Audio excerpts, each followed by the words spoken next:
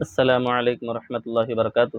محترم ناظرین، آج آپ کے سامنے شوال کے 6 روزوں کے متعلق ایک ویڈیو مفتی طارق مسعود صاحب کا پیش کروں گا۔ اسے ضرور سنیں اور دوسروں تک بھی شیئر کریں تاکہ دوسرے لوگوں کو بھی بات صحیح سمجھ آ سکے۔ چلیے مفتی صاحب کی ویڈیو کی طرف چلتے ہیں۔ شوال کے 6 روزوں کی کیا فضیلت ہے؟ کیا شوال کے 6 روزے رکھنے سے پورے سال کے روزوں کا ثواب ملتا ہے؟ نبیل صاحب انڈیا سے۔ جی ہاں، حدیث میں آتا ہے من صام رمضان ثم اتبعہ ستا من شوال کان ذلک من صیام الدہر او کما قال صلی اللہ علیہ وسلم۔ اور یا دوسری روایت میں یا صحیح الفاظ پورے یوں ہیں فذلک صیام الدہر، تو دہر سے مراد سال ہے۔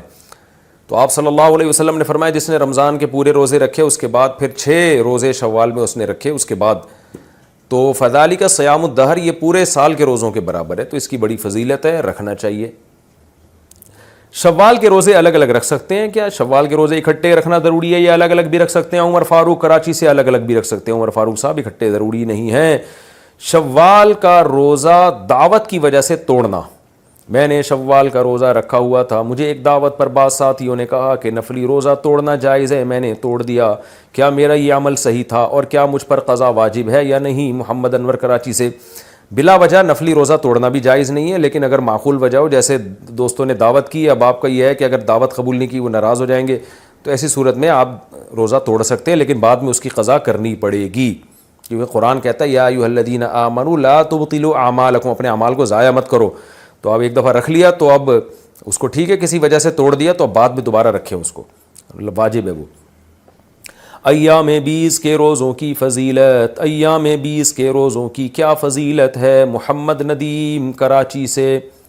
حدیث میں ایام 20 کے روزوں کے بارے میں آتا ہے جس نے ایام 20 کے روزے رکھے پورے مہینے کے روزوں کے برابر ہیں، کیونکہ ایک نیکی 10 نیکیوں کے برابر، تو 3 روزے ایک روزہ 10 روزوں کے برابر، تو 3 روزے 30 روزوں کے برابر، تو یہ فضیلت ایام 20 کی، رکھنا چاہیے۔ تو محترم ناظرین، سنا آپ نے کہ شوال کے 6 روزے رکھنے سے نبی صلی اللہ علیہ وسلم نے فرمایا ہے کہ پورے سال روزہ رکھنے کے برابر ثواب ملے گا، کیونکہ اللہ تعالیٰ نے قرآن میں فرمایا ہے من جاء بالحسنۃ فلہ عشر امثالھا، جو ایک نیکی لائے گا میں اس کو 10 نیکی کے برابر اجر و ثواب دوں گا۔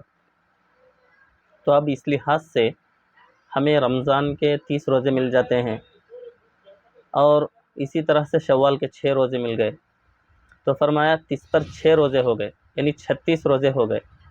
اب 36 روزوں کو 10 سے ضرب دیں تو کتنے ہو گئے؟ 360۔ تو مطلب کیا ہے؟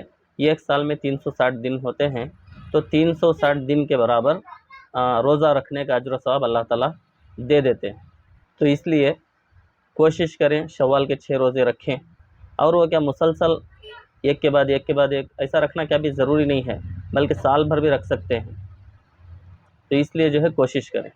اور عورتوں سے خاص طور سے ایک التجا، ایک درخواست یہ ہے کہ آپ جو ہیں جو رمضان میں جو روزے چھوٹ گئے ہیں، 6 روزے 7 روزے کسی کے چھوٹ جاتے ہیں، وہ روزوں کی قضا رکھیں، یہ نفل روزوں کے بجائے رمضان کے قضا روزوں کی نیت سے روزے رکھیں۔